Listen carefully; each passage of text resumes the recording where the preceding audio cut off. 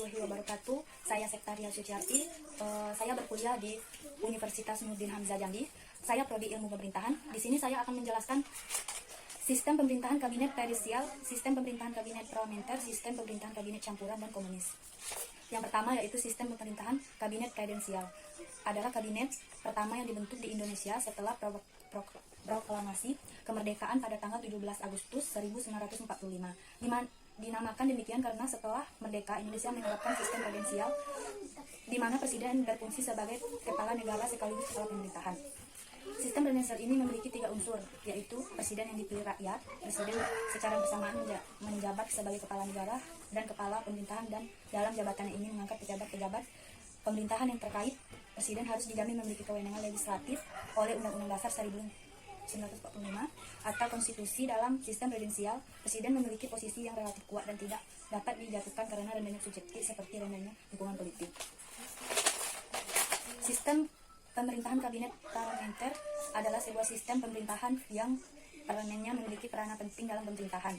Dalam hal ini, parlemen memiliki kewenangan dalam mengangkat perdana menteri dan parlemen pun dapat menjatuhkan pemerintahan. Sistem parlementer sendiri bisa dibilang sebagai sistem pemerintahan yang menjadi lawan dari sistem pemerintahan presidensial. Lalu bagaimana sih sebenarnya sistem pemerintahan parlemen ini dan bagaimana ciri-cirinya? Bentuk pemerintahan yang demokratis di mana partai atau koalisi partai dengan perwakilan terbesar di parlemen legislatif membentuk pemerintahan. Pemimpinnya menjadi perdana menteri atau konselor. Fungsi eksekutif dijalankan oleh anggota parlemen yang dituju oleh perdana menteri untuk kabinet. Sistem parlementer berasal dari Inggris dan diadopsi di beberapa bekas jajahan negara Inggris. Sistem parlemen adalah supremasi cabang legislatif dalam 3 fungsi: pemerintahan, eksekutif, legislatif, dan yudikatif, atau menggabungkan fungsi eksekutif dan legislatif. Sistem pemerintahan kabinet campuran dan komunis adalah sebuah bentuk pemerintahan yang mencampur unsur-unsur demokrasi, aristokrasi, dan monarki. Berbagai sekolah menyebut negara-negara modern seperti EU dan sebagai negara yang memegang konstitusi yang campur. Gabungan dari sistem pemerintahan presidensial dan parlemen.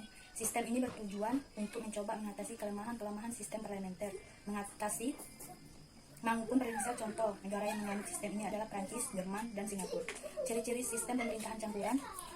Yang pertama yaitu adanya presiden sebagai kepala negara dan perdana menteri sebagai kepala pemerintahan. Yang kedua, menteri-menteri dipilih oleh parlemen. Yang ketiga, menteri-menteri tidak bertanggung jawab kepada parlemen maupun presiden. Yang keempat, lamanya masa jabatan eksekutif ditentukan dalam konstitusi. Yang terakhir yaitu sistem pemerintahan kabinet komunis.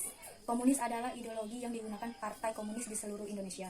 Dalam komunis, perubahan sosial harus dimulai dari peran partai komunis. Munculnya sistem komunis merupakan koreksi terhadap paham kapitalisme di awal abad ke-19. Dalam suasana yang menganggap bahwa kaum buruh dan pekerjaan tani hanyalah bagian dari produksi dan yang lebih mementingkan kesejahteraan ekonomi.